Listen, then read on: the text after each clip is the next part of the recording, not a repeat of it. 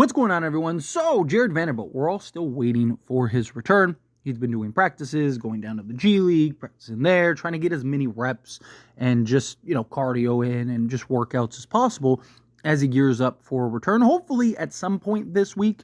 Obviously, the Lakers want to be patient. They want to take their time on Jarred Vanderbilt. Last thing you want to do is you waited all this time. You don't want to rush him back now, and then, he ends up getting hurt again and misses a bunch of time, right? I've talked about it before. I'd rather him miss the next 10 games so he could play the last 30 and be healthy come playoff time than you rush him back these 10 games. He ends up getting hurt. Now he misses the last 30 and, playoff time. We need Jarred Vanderbilt. We need Jarred Vanderbilt badly, right? His impact on both sides of the basketball. Obviously, he's not like this elite scorer, but he does generate other advantages on the offensive side for the Lakers through just rebounding, both defensive and offensively, through turnovers, both live ball and just regular turnovers, by just generating defensive stops, right? He's one of the few guys on the Lakers roster that can defend and guard anybody and actually get some stops, right? So he's a guy that just gives the Lakers more opportunities on the offensive side compared to some of the other guys that we have out there. Seeing him with Dorian Finney-Smith out there would just be so much fun to watch alongside Anthony Davis. I think that, we saw Jarred Vanderbilt plus Anthony Davis made the Lakers the top defense, right? What does Jarred Vanderbilt plus a Dorian Finney-Smith and a Anthony Davis do? And especially if you can get another point of attack guard or something like that, right? Lakers could be in some great shape with Jarred Vanderbilt. Now, I don't think Jarred Vanderbilt's the cure-all, and like his return, Lakers are now the best team in the league, but I do think he's a guy that can come in and really kind of make an impact for this Lakers roster. Before I continue to dive into Jarred Vanderbilt, though, there's been talks about trading him all the way back to the offseason. They were shopping him, and then there have been numerous reports that have kind of trickled in. The Lakers have have added him in negotiations and stuff like that. But the problem is, again, you have to see him play. If he had been playing, I'll say the last 10 games or something, right, I think it might be very different. Teams might be more willing and more open to taking on a Jarred Vanderbilt. But by the time he comes back, the Lakers are lucky to play a handful of games for the trade deadline. And at that point, it's does a team really want to take a flyer on him? I've talked about the only teams that I could see maybe willing to take on Jarred Vanderbilt would be, a team that just wants to tank as much as possible. Like a team like Chicago, right? If you were to pull off a deal with them, they could just tell Vando, hey, take the rest of the year off. Don't even come back. Rehab, get right, do everything you need to do, and then we'll see you next season, right? And you can kind of justify that because you're not trying to win any games this season. Something like that, a team like the Toronto Raptors, if you get a Bruce Brown, right? Maybe they'd be like, hey, we're not winning anything this year, take the year off. And then if you get a healthy Jarred Vanderbilt, we all know he's a guy that can really have an impact, a guy that can really, he's one of, if not the best on-ball defenders in the league. But a report came out from The Athletic that the sense is, in regards to a potential trade for Jarred Vanderbilt, that the Lakers would have to include a first-round pick in a trade for Jarred Vanderbilt.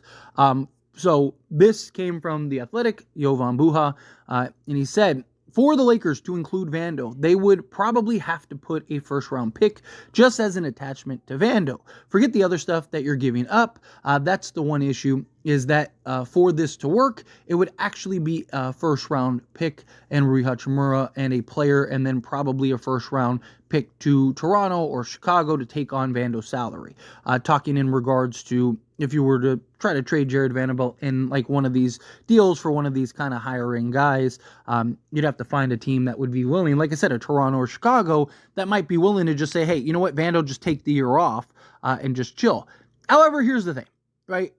There are differences, but we heard this same stuff about Jarred Vanderbilt or about Russell Westbrook, if you remember. All the conversations were, you have to give up 2 first-round picks just to unload Russell Westbrook. That's not even counting taking back guys or getting anything of value, right? We heard that all season long, and then the Lakers ended up getting Jarred Vanderbilt, D'Angelo Russell, and Malik Beasley, and gave up only 1 protected first-round pick, right? So we've heard this a million times. People try to sell, you'd have to give up Dalton connect with Jarred Vanderbilt and 2 firsts just to unload him and all this crazy stuff. The only difference is Jarred Vanderbilt does have 3 more years on his deal, right? Where Russell Westbrook was an expiring contract. But Russell Westbrook was still a 43 million or something like that at that time, expiring contract. So it wasn't like a, like D'Lo, 18 million or 18.6 million, right? Like you're talking about a guy that was 40 plus million. Now, again, I don't think that Jarred Vanderbilt, if this is true, right? And I'm not doubting that teams have maybe said this, because teams said the same thing again about Russell Westbrook. So I don't doubt that this is a narrative that's going around. But we have seen the narrative and then what the end result is are always very different. So, but to me, like, I'm not against keeping Jarred Vanderbilt, right? Like, look, if you can get Jarred Vanderbilt, not so much right now, because it's going to take him a while. You got to think, the guy just came off of 2 foot surgeries. Chances are it's probably going to take months for him to get back to being the Jarred Vanderbilt we know and love, right? So as long as he is back to that version, or at least, like an 80% version or something like that of that Jarred Vanderbilt by the playoffs, I'm good, right? Even if he's on like a minute restriction and, he's kind of, not playing back-to-backs and stuff like that and just all these things, fine. I'm okay with it, but we need him to be the best version possible. However, if it really is true and you'd have to attach assets to get off of Jarred Vanderbilt, then you might as well just keep Jarred Vanderbilt, right? Because keeping Jarred Vanderbilt gives you a guy that can really have an impact, right? Now, Rui Hachimura, again, I know some Laker fans, not all, but some Laker fans want to keep Rui and think that it'd be foolish to trade Rui. I disagree. He's never going to get to play his natural position. LeBron, as long as LeBron's on this team, he's going to play the 4 over Rui. And then when LeBron leaves, Anthony Davis is going to slide over and play the 4. So Rui's always going to be slotted out of position. He's always going to be a defensive liability. He's always going to have an inconsistency. We should already be starting Dorian Finney-Smith, and we haven't been. It's just, I like Rui. I do. But even for his career's sake, just for him to get better opportunities, right? If you're a fan of Rui, you should want him traded too, right? So that way he can get more opportunities elsewhere and maybe go to a team that actually will utilize him and slot him where he needs to slot, right? So I just think Rui's the odd man out, so he's likely to get traded. Gabe Vincent's another guy, right? You got, Jalen Hood-Schifino. So you got like 30 million, 32 million. Plus, if you add in another vet minimum guy like a Christian Wood, you can get to like 34, 35 million in tradable salary. So you can get, 2 guys in exchange for these guys if you're able to work out the right deal or make the right deal work, right? If you have to give up assets for Jarred Vanderbilt, I wouldn't do it, right? Unless, if you had to give up like a second to just unload him entirely or maybe get back a guy, right? Then maybe, depending on the guy. But otherwise, you might as well just keep him. And then worst case scenario, if he plays well this season and if you're the Lakers and you kind of have that that concern of okay, can he play a full season? Maybe you look to trade him in the offseason. If he's had a good, last half of the season and then, playoffs and stuff like that, right? Now maybe he has some value and a team might be willing to take him on. Then maybe you could pull off some type of move that way.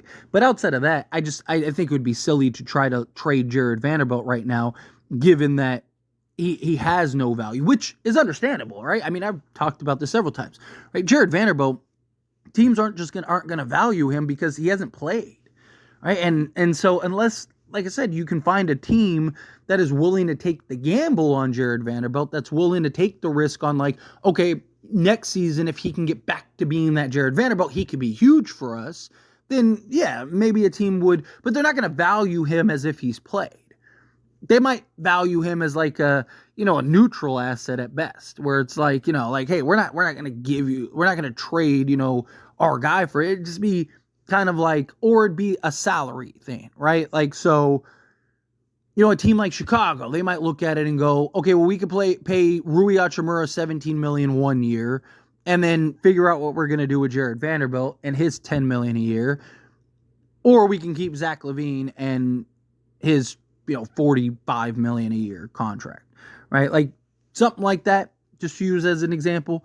But personally, I think the Lakers, if that's the case, you keep Jarred Vanderbilt. If you can attach him and add him to something, then, sure, make it happen. But outside of that, no, like you just kind of stay the course, in my opinion. But anyway, as always, this is a discussion, and I pass a question on you.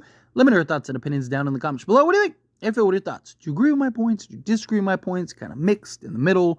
However you feel, whatever your thoughts are. I'd love to hear it either way, so let me know down in the comments below. That being said, if you haven't liked this video, hit that like button. Helps me a lot. So we enjoy these types of videos, and I truly appreciate it. Not subscribe channel, hit that subscribe button. Turn on the bell notifications. Appreciate y'all. See you in the next one.